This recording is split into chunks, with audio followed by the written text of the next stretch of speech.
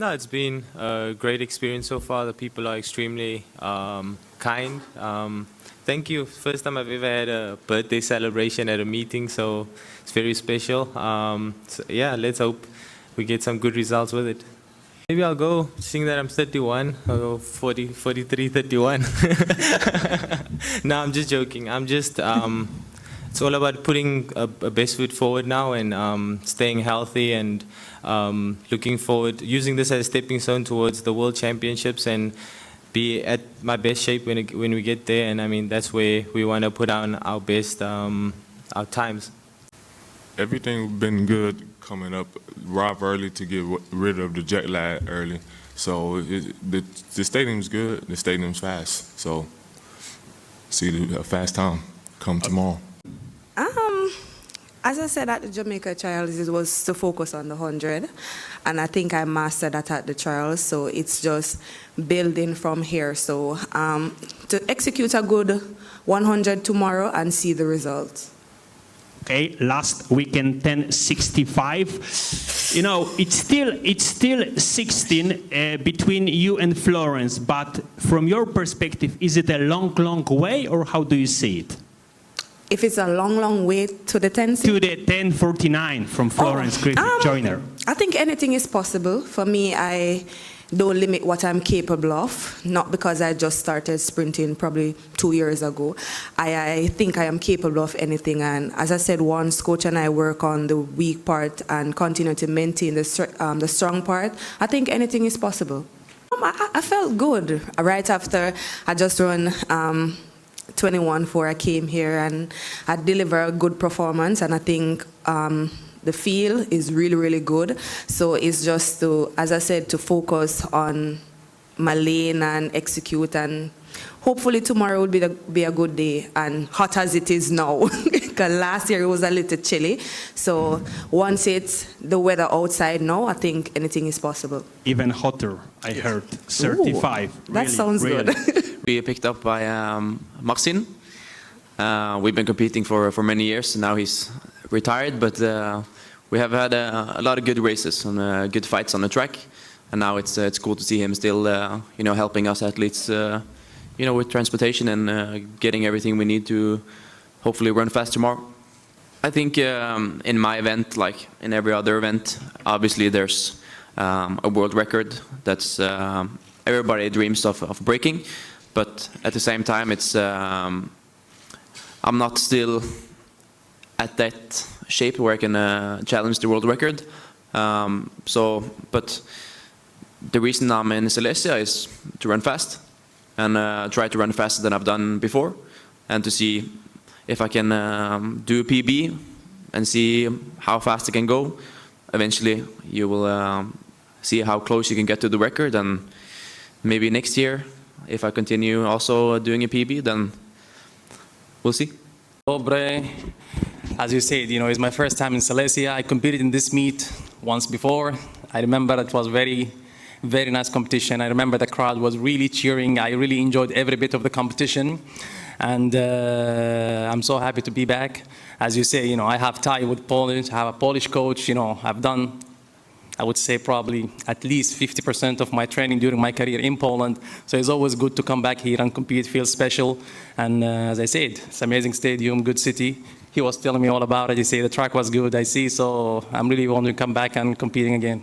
Hi to everyone. Yeah, honestly, yes, it's always a big pleasure for us. I mean, it's always been a pleasure compete together because we always been friends. But after that day, we can call each other like brothers. It was just sharing the best day of our life. So every time we see each other after that day, it's something magical.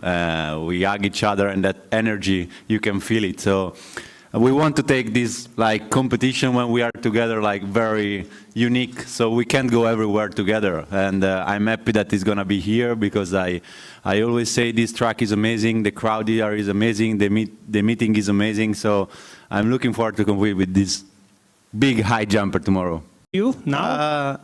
What I can say, I don't know how high I will jump tomorrow. What I can say is that I really prepare for this meeting very well because as I told in Stockholm, for us this meeting is a very important part of the season in order to prepare for the World Championship. So I also went in training camp, as I do for a championship. So I prepared this meeting as a championship, so I will try to do my best tomorrow, and I hope the condition is not going to be like Stockholm with the storm, rain, and everything. But yeah, let's see. I'm ready. Maybe, I don't know. I mean, I don't know. It wasn't raining when I actually did the jump, though, so I feel a little bit like I'm a fraud in that sense to claim it as a rainy 610. So, no, but it was a great jump, and this is a really good place to jump. And so, anywhere where I'm going to be able to jump a height like a 610, that's a place that I need to make sure I'll figure out a way to get back here, and so that's why I'm here. Yeah, no, I mean, I'm in good shape, and I think at this point of the season, it's getting to the time where you kind of have to be. This is the World Champs prep, and you know, I only have 2 more competitions left before the World Champs, and so these next 2 meets here in Silesia and in Monaco, you know, I really want to go out there and yeah, try to have some good jumps, try to figure out the last little pieces to this puzzle, basically just to find little details leading up to the big dance, which is the World Champs, to make sure I got everything in order and in line there. So yeah, I mean, I feel good. I feel like I'm in the place where I want to be at this time of the season, and now it's just trying to put some big bars up there.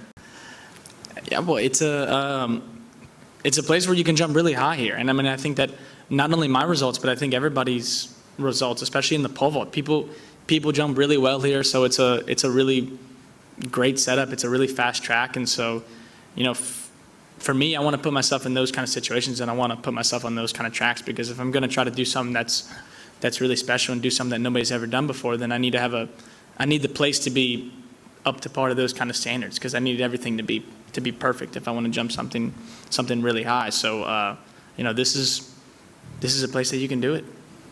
Yeah, I feel good. Training's been going really well. I don't want to say struggling in meets, but I felt like I've been underperforming, but the distances have been good. So overall, I'm happy with where I'm at. The preparation has been very solid, and the distances have been good. So if I can have a day that I feel like I throw well, because yeah, USA's, I threw 22.86, and it was very ugly. So yeah, if I can have some nice technique, that would be nice. Execute well, I'd be really happy with that. But regardless, the distances have been solid. So chasing my meeting record, and when I threw that, I traveled in the night before the meet, so now I have an extra day of rest. So it should be easier than when I did it before. Yeah, it's the depth in some of the events right now is very, very impressive. Yeah, I'm honored to be in one of the events, for better or for worse, that is extremely deep right now. So that's the crazy thing in the shot, is that although usually if you have a world record, you're at a level that you're pretty safe for most of the competitions. But Joe Kovacs with a PR of 23.23, second farthest in history, as well as Tom Walsh, and the field here is phenomenal.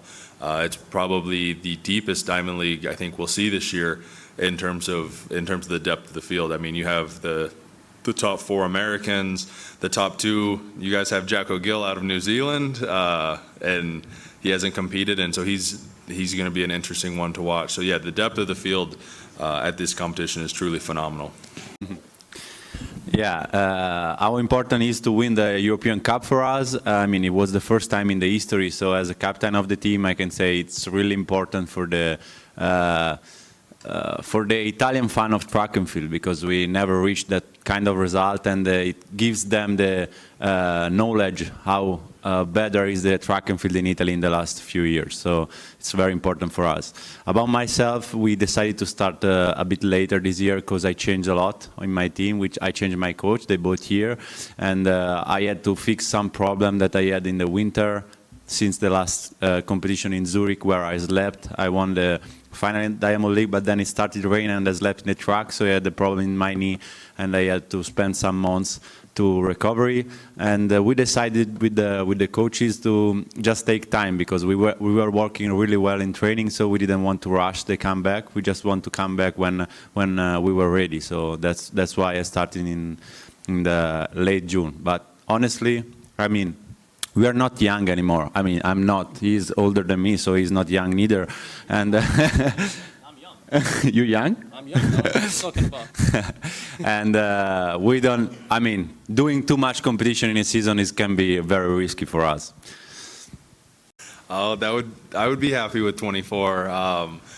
Yeah, for me, it's just a step-by-step approach. Since I've gotten the world record, the way I approach track and field and my own performance hasn't changed too much.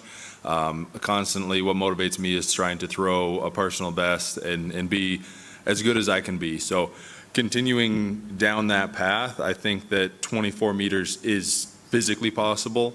There are just so many variables that come into it. So I've got a lot of distance to make up between 23.56 and 24.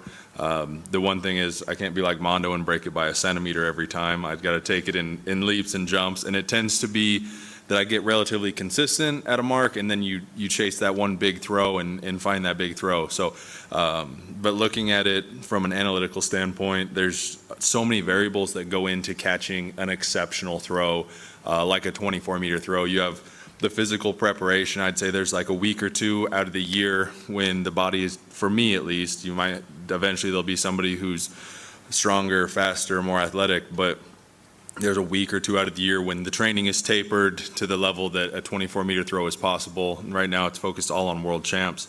But then you have the mental approach, how well your technique is both on the day and the training that you've had leading up to prepare the body for the velocities that you need for a 24-meter throw, as well as just recovery, sleep, nutrition, all of those factors. So trying to mesh those 5 or 6 things and get them all to come together, it's possible, but it's a challenge that I don't motivate myself by chasing that one distance mark, simply because from firsthand experience, it's really frustrating trying to chase a certain mark. For me, it was the world record for 3 or 4 years. I had 6 meets where I would have bet all the money I had that I was going to break the world record, and I didn't. It happened in the 7th meet, and so thinking that I was going to do it, got a little bit tight, just didn't let that big throw happen. And so that's how I approach it now, is trying to prepare myself as best I can, go out there, enjoy it, try to throw a personal best, and if I can throw enough, eventually I'll get to 24 meters.